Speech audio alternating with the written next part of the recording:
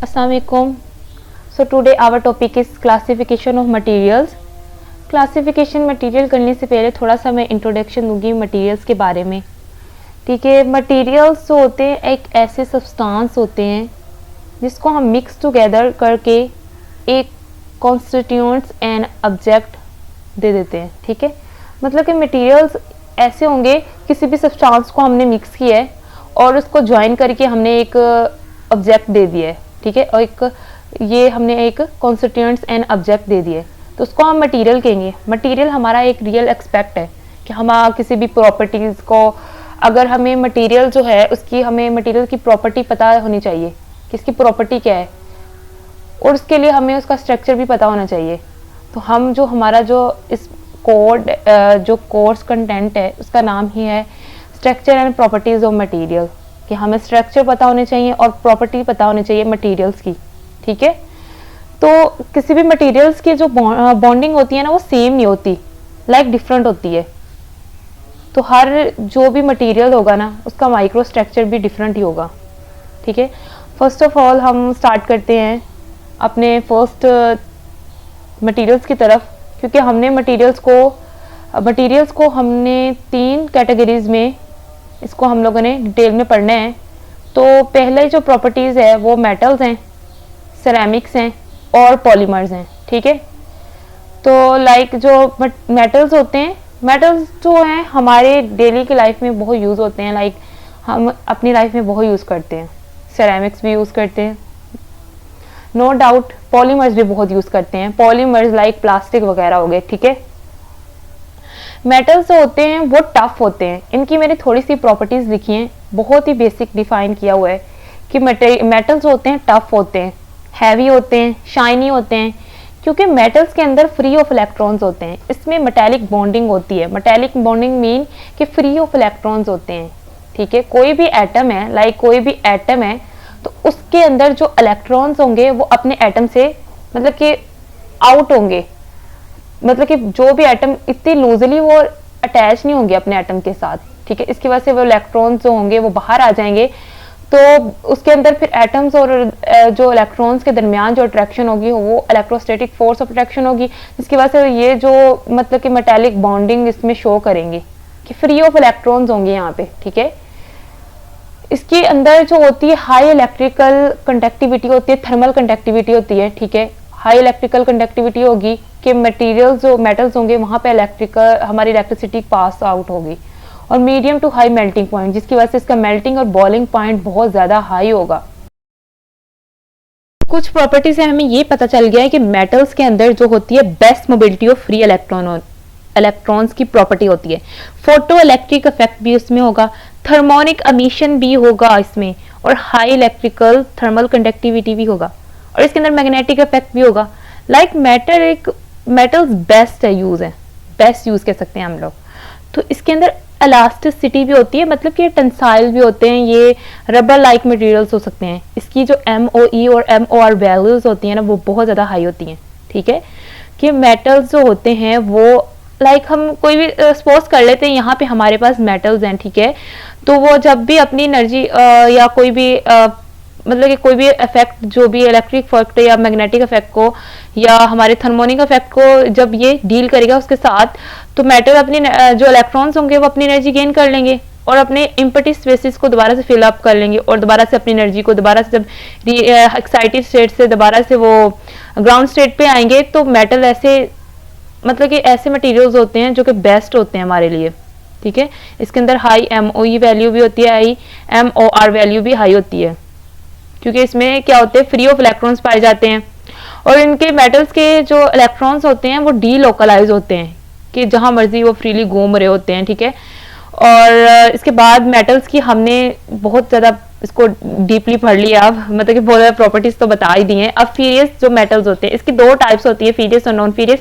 इसको हम डिटेल में नहीं पढ़ेंगे क्योंकि हमारे ये सिलेबस में नहीं है।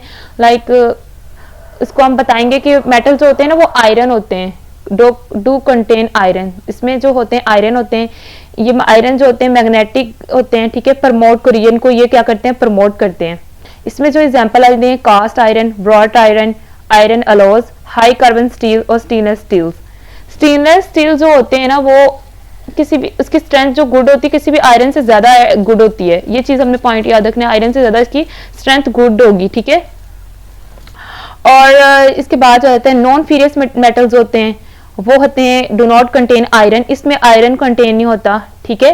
और नॉन मैग्नेटिक होते हैं और हमें कोरियन से क्या बताते हैं, बचाते हैं। इसमें क्या आ जाएगा, aluminium, magnesium, titanium, gold, copper, alloys और ब्रोस और ब्रास वगैरह हो गए, ठीक है। जैसे कि हमारे ये जो है ना ब्रोस और ब्रास, इसके अलावा हमारे जो एलोस होते हैं, एलोस जो होते हैं ना वो लाइक बहुत ज़्यादा हमारे यूजफुल हैं आजकल। हम लोग जो भी मतलब कि हम किचन में कुकिंग करते हैं, लाइक हमारे जो भी है लाइक उसमें भी बहुत एलोस वगैरह हम यूज़ करते हैं, ठीक है।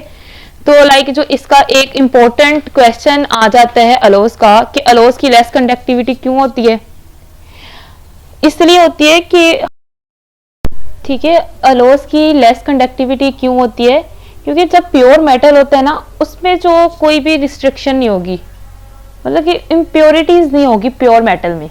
लेकिन एज अ कम्पेयर टू एलोज आ गए, उसमें क्या हम करते हैं, एक अलोइंग एजेंट को ऐड कर देते हैं जिसकी वजह से उसमें क्या आ जाती हैं, इम्प्योरिटीज आ जाती हैं, ठीक है।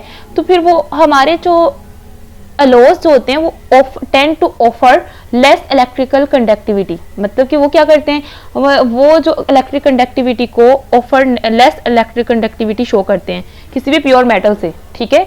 तो एलोज का ये क्वेश्चन इंपॉर्टेंट आ सकता है। इसके बाद जो हम रीड आउट करेंगे बेस मटेरियल होंगे, ठीक है। सेरेमिक जो होंगे वो ब्रिटल होंगे, हार्ड होंगे, हैवी होंगे, मतलब कि जो मेटल्स है ना वो डक्टाइल थे, ठीक है। लेकिन जो सेरेमिक होंगे वो ब्रिटल होंगे, ब्रिटल होंगे कि मतलब कि ब्रेकेबल भी होंगे, लेकिन हार्ड भी ये होंगे, हैवी हैं। और ये इसके अंदर जो बॉन्डिंग शो होगी वो कोवलेंट और आयनिक बॉन्डिंग शो होगी, ठीक है। इसमें जहाँ कोवलेंट और आयनिक बॉन्डिंग शो होगी वो क्या है, सेरेमिक्स हैं।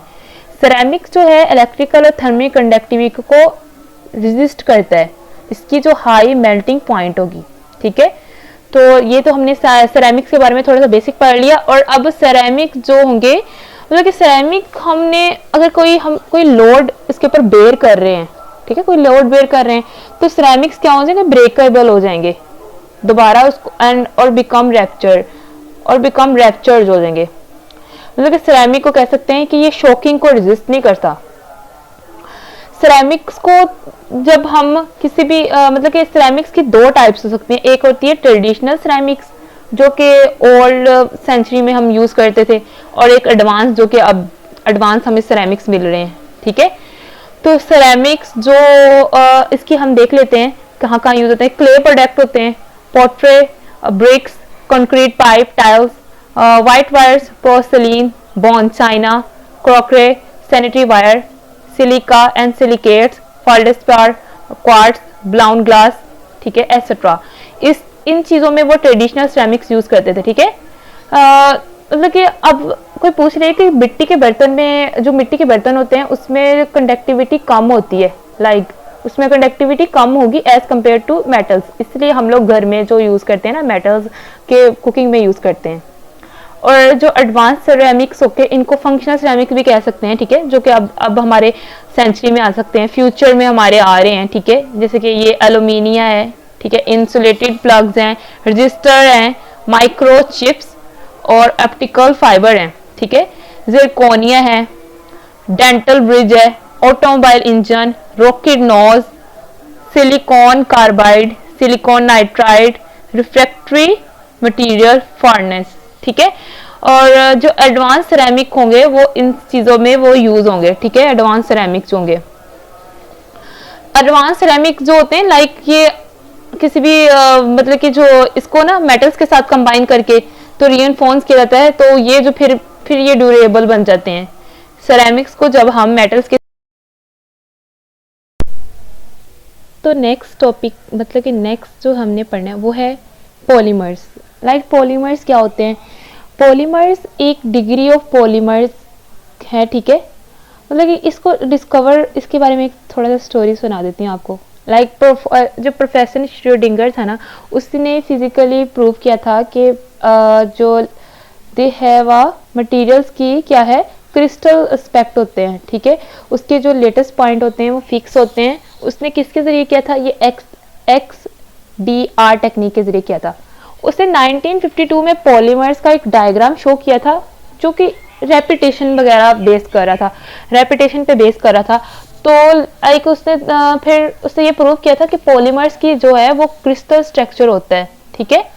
पॉलीमर्स कहते हैं कि really repetition of a monomers, कि मोनोमर्स की रेपिटेशन हो तो फिर क्या बनता है, एक पॉलीमर्स बनता है, एक माइक्रो मॉलिक्यूल्स बनता है। इसको मोनोमर्स की रेपिटेशन को हम डिग्री ऑफ पॉलीमर्स भी कह सकते हैं, ठीक है। पॉलीमर्स हमारे जैसे रबर्स, टायर्स वगैरह ये सारी चीजें हमारे पॉलीमर्स में आ जाते हैं, ठीक है। अब पॉलीमर्स को डिटेक्ट करने के लिए, ठीक है, एक टेक्निक होती है, लाइक मैं आपको वो यहाँ पे नहीं लिखा हुआ लेकिन मैं आपको बता रही हूँ कि पॉलीमर्स को डिटेक्ट करने के लिए टेक्निक होती है पॉलीमराइजेशन। और पॉलीमराइजेशन कहते हैं कि किसी भी पॉलीमर्स के प्रेजेंस को चेक करना, उसको कहते हैं पॉलीमराइजेशन। और फिर पॉलीमर्स क्या बनते हैं आगे जो है फर्दर हमारे प्लास्टिक में कन्वर्ट हो जाते हैं, लाइक वैसा। और जो फिर इसकी 4 तरह की होती हैं। फ्री रेडिकल एक पॉलीमराइजेशन होती है, लाइक ये सर ने हमें असाइनमेंट के तौर पे दी थी लेकिन फिर भी चलो फिर नाम बता देती हूँ। फ्री रेडिकल पॉलीमराइजेशन होती है, एक होती है पॉली कंडेंसिएशन पॉलीमराइजेशन होती है, एक कैटायनिक अनायनिक पॉलीमराइजेशन होती है और एक रिंग ओपनिक पॉलीमराइजेशन है। तो 4 तरह की ये पॉलीमराइजेशन होती हैं, ठीक है।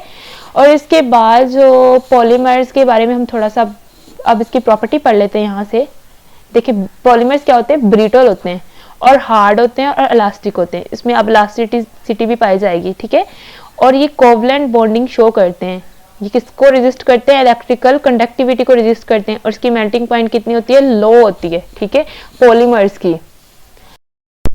थर्मोप्लास्टिक को मतलब कि प्लास्टिक है, थर्मोप्लास्टिक जो है वो रिफॉर्म किया जाता है हीट के जरिए। इसमें क्या आता है, निलॉन आ गया, एक्रिलिक आ गया, पॉलीएथिलीन आ गया, पॉलीप्रोपिलीन आ गया, पॉलीसेट्रीन और पीवीसी और टेफ्लॉन आ गया। थर्मोप्लास्टिक मतलब कि प्लास्टिक की रिसाइक्लेशन होगी, मतलब कि ये टेम्परेचर पे भी रिस्पॉन्स करता है और ड्यू टू प्रोसेसिंग के जरिए जब हम इसकी टेम्परेचर पे भी रिस्पॉन्सेज होती हैं, ठीक है। तो प्लास्टिक की हम लोग क्या करते हैं, इसमें रिसाइक्लेशन करते हैं तो थर्मोप्लास्ट कहलाता है वो। और थर्मोसाट प्लास्टिक्स क्या होते हैं कि एक बार वो फॉर्म्ड हो जाए तो दोबारा से वो रिफॉर्म नहीं होते, मतलब कि दोबारा से वो फॉर्म नहीं कर सकते हम। इसमें जैसे हमारे ग्लू और रबर्स वगैरह हो गए, ठीक है, इनको दोबारा हम फॉर्म नहीं कर सकते। एग्जाम्पल्स के तौर पर जैसे कि एक्सपोजी रिसर्न्स, पॉलीईस्टर रिसर्न्स, पॉलीयूरेथीन्स और बैकलाइड्स और मेलामीन, ठीक है। इसके बाद है इलास्टोमर्स। इलास्टोमर्स होते हैं वो इलास्टिक इन नेचर होते हैं, ठीक है। और इसमें आता है natural rubber, polybutadiene rubber, butyl rubber और न्यूफिरीन, ठीक है। इसके बाद जो टॉपिक हम करते हैं वो है अलोज। अलोज के बारे में मैंने आपको पहले भी डिफाइन कर दिया था लेकिन फिर एक बार पढ़ लेते हैं कि अलोज कहते हैं is a metals parent metal combined with other substance allowing agent resulting in superior properties such as strength, hardness, durability, ductility, tensile strength and toughness, ठीक है।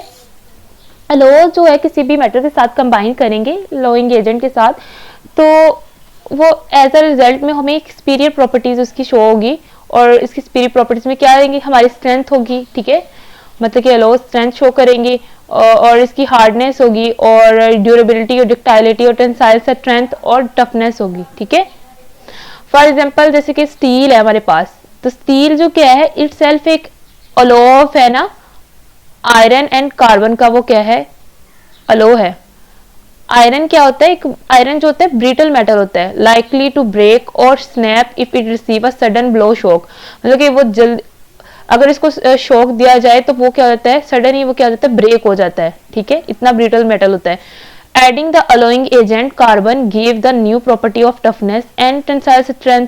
Steel can be use in the construction industry for bridge and large building, मतलब कि एक allowing agent carbon के add करने से वो क्या टफनेस और टेंसाइल स्ट्रेंथ शो करेगा।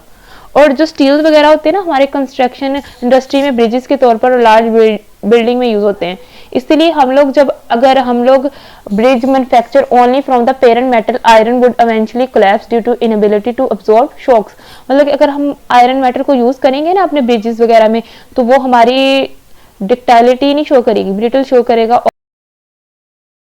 अगर हम मेटल आयरन यूज करते हैं तो हमारे ब्रिजेस शॉक की वजह से वो कोलैप्स कर जाते हैं, ठीक है। इसलिए हम स्टील अपनी इंडस्ट्री में और लार्ज बिल्डिंग में यूज़ करते हैं और ब्रिजेस वगैरह में भी।